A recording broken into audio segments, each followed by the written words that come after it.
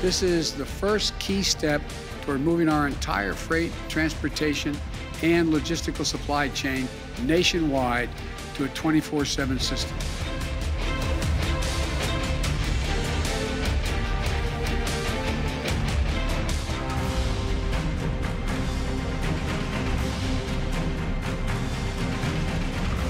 很担心，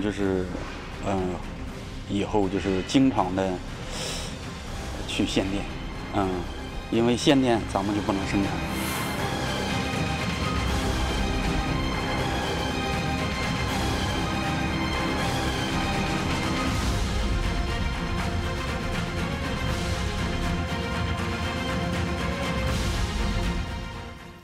네, 한국 금융시장도 한 2주 정도 주식도 환율도 좀 걱정되는 흐름이었습니다. KBS 서영민 기자와 짚어보겠습니다. 자, 서 기자, 일단 네. 오늘 경제 상황은 어땠습니까? 오늘 일단 코스피가 3,000선을 회복은 했습니다. 다시 올라섰군요. 만에. 네, 사실은 그래프를 한번 살펴보시면 좋을 텐데요. 이게 지난달 말입니다. 28일 정도 그때 3,100선이 깨졌고요. 그리고 금방 2,900선까지 금방 갔습니다. 확확 내려가다가 약간 정체 상태 보이다가 최근 2, 3일 동안 3,000선 회복하는 데까지 겨우 올라왔습니다. 9월 말에 무슨 일이 있었던 겁니까? 미국 국채 금리가 오르고 그래서 미국 증시가 떨어지고 그 영향을 우리 증시가 받은 거였죠. 표면적으로 보면. 그 미국 국채 금리요? 네네네. 그 이야기까지 하는군요. 네, 우리가 수출로 먹고 사는 나라이기 때문에 그렇습니다. 우리가 필요한 것보다 훨씬 더 많이 생산해서 이 생산한 걸 해외에다 갖다 팔고 그걸로 우리가 살아가는 나라이기 때문에 해외 사정이 굉장히 중요합니다. 어떤 의미에서는 한국 금리보다도 미국 금리가 더 중요할 수도 있는데 오늘 국회에서 한국은행 총재 이주열 총재가 11월에 금리 올릴 수 있습니다. 올려도 문제 없을 것 같습니다. 어쩌면은 금리 인상한다는 신호를 너무나도 강하게 줬는데도 금융시장은 오늘 올랐어요. 그러니까 한국 금리가 오른다는 그 자체, 그 신호 자체가 중요한 게 아니고 그 앞에 있는 글로벌 경기 중에서도 특히 미국 경기, 미국 금리 상황, 미국 주가 이게 중요한 겁니다. 그렇죠. 그래서 저희도 늘 미국 연준의 기준금리 네. 관련 발언을 좀 보기도 하죠. 네. 지금 상황은 어떻습니까? 지난 29일 날 미국 금리가 확 올라서 그랬다라고 했는데 그날 발언이 하나 있었습니다. 파월 FRB 의장이 유럽 22 컨퍼런스에서 한 말인데요. 좌절스럽다 이런 말을 했습니다. 공급망 문제 때문에 병목 현상이 해결되기 전까지 앞으로 수개월 동안 지금 같은 문제가 계속될 거고 내년까지 인플레이션이 이어질 수 있다. 원래 이분이 계속 금리 괜찮습니다. 인플레이션 일시적입니다. 금방 낮아집니다라고 했는데 전혀 그렇지 않은 거죠. 이걸 가장 비둘기적인 발언을 계속하던 연준 의장이 매파적인 발언으로 돌아선 겁니다. 그러니까 주로 금융당국의 수장들은 견조합니다. 네. 걱정하지 마십시오. 주로 이런 네. 메시지인데 네. 세긴 하네요. 네. 바이든 대통령도 항만을 24시간 돌리겠다 이런 발언도 했네요. 네, 지금 가장 중요한 얘기를 좀 이해하기 어렵다 싶으시면 병목 현상, 공급 부족 현상, 요 현상이다라고 이해하시면 됩니다. 지금 미국 앞바다에 LA 앞바다에 항구가 있는데 거기로 컨테이너가 중국과 미국을 왔다 갔다 하는데 컨테이너선이 어마어마하게 서 있습니다.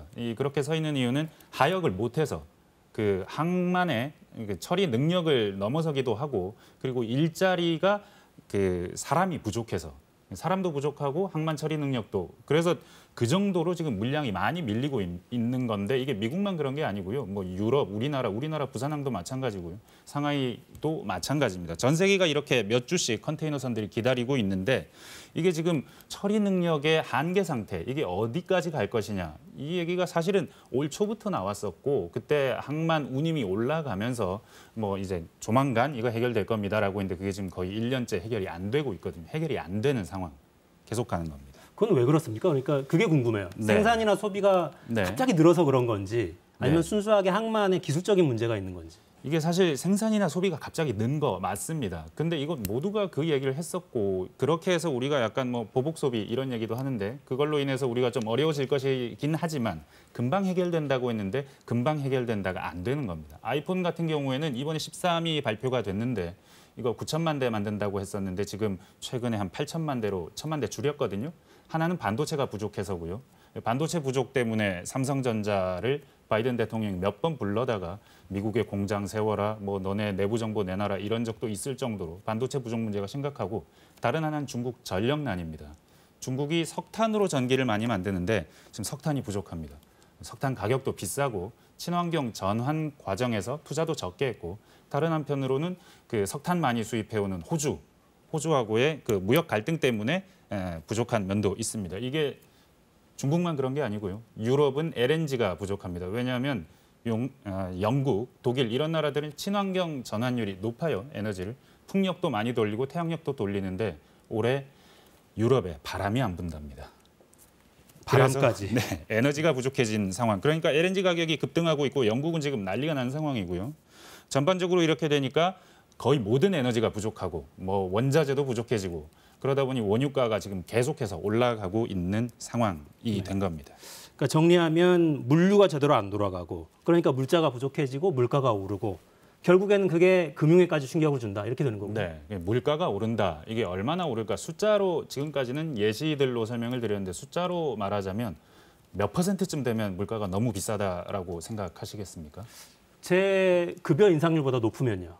그러면 한 2, 3%. 네. 전 세계 중앙은행들도 한 2% 정도 수준을 물가가 너무 높다라는 수준으로 보는데 미국 물가가 지금 한 너다섯 달째 4, 5% 수준입니다. 매달. 그러니까 굉장히 심각한데 지금까지는 일시적입니다라고 말했는데 전혀 일시적인 게 아닌 거죠. 특히 지난달은 사상 최고 수준 5.3%까지 올랐거든요. 소비자 물가가요.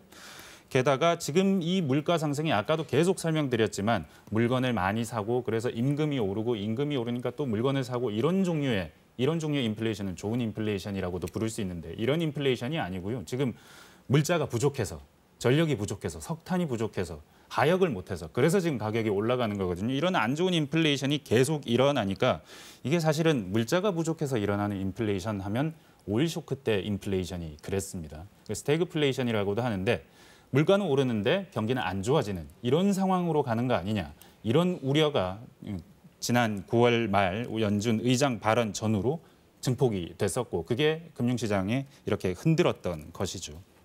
이 모든 혼란의 기저에는 역시 코로나 바이러스가 있다고 봐야 됩니까? 네, 사실 아까도 말씀드렸지만 뭐 보복 소비로 인해서 확 늘어서 그래서 우리 경기가 갑자기 좀 부하가 걸릴 수 있다 이건 다 알았어요. 근데 지금처럼 대공황 이후에 가장 심각한 수준으로 경제가 한꺼번에 불이 꺼졌다가 다시 한꺼번에 불이 들어오는 이런 상황을 맞는 건 처음이거든요.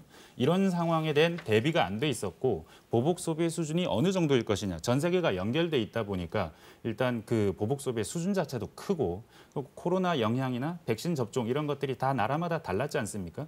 글로벌 공급망이 연결돼 있다고 할 때 어느 공급망에서 문제가 생기는지 알 수도 없고 알지 못했던 부작용들이 계속 나오면서 여기저기서 터지면서 그러면서 점점 더 공급망을 압박하고 있는 모양인데 장기화되면 오일 쇼크처럼 간다.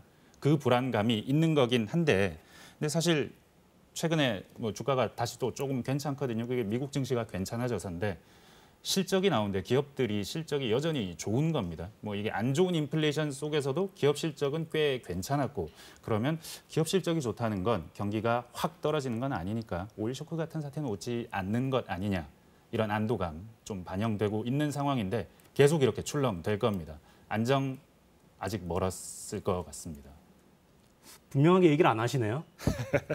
이게 그 이번 주 초에 노벨상 경제학상이 발표가 됐는데 데이비드 카드라는 교수 이 양반이 그 저희 한국 언론 매체와 인터뷰를 하면서 하신 말씀이 있습니다. 장담하건대 20, 30년 뒤에도 우리는 실제로 무슨 일이 벌어졌는지 가려내는 중일 거다. 이거 지금 해석을 못하겠다. 가장 심각한 불황이 기적적인 회복으로 이어지고 있기 때문에 수십 년 걸린다. 지금 뭐 저희가 해석 못하는 게 그렇게 부끄러운 일은 아닌 거죠. 알겠습니다. 네. 노벨상 받은 학자도 모른다고 하니까요. 이것만 마지막으로 여쭤볼게요. 네. 그래서 우리 가게는 어떻게 대응해야 됩니까? 이 상황에서 뭘 보고 있어야 되죠? 우리나라 수출을 계속 담당하는 기업들의 실적이 계속 괜찮은 건지 삼성전자는 좋았고 현대차도 크게 나쁘진 않았는데 앞으로 이 기업들의 공급망에 어떤 문제가 생길 건지 혹시 여기에 물건을 대는 어느 문제가 생길 건지 아니면 물건을 갖다 줘야 되는 데서 뭐 어떤 문제가 생기는지 이런 종류의 문제를 보면 우리나라 경기 흐름을 좀 알 수 있게 되지 않을까 생각이 듭니다. 수출 어렵네요. 중심이니까요. LA에 사는 지인이 있으면 LA 항구 네. 앞바다에 컨테이너선이 몇 척 떠 있는지 볼 수 있으면 좋겠네요. 부산 앞바다만 가도 많이 떠 있다고 합니다. 그렇습니다. 부산항 쪽에 가보셔도 경기의 흐름을 좀 전망해 볼 수 있다고 합니다. 네. 서 기자 잘 들었습니다. 감사합니다. 네, 저는 월요일에 돌아오겠습니다. 다음 주에도 4시엔 사사건건.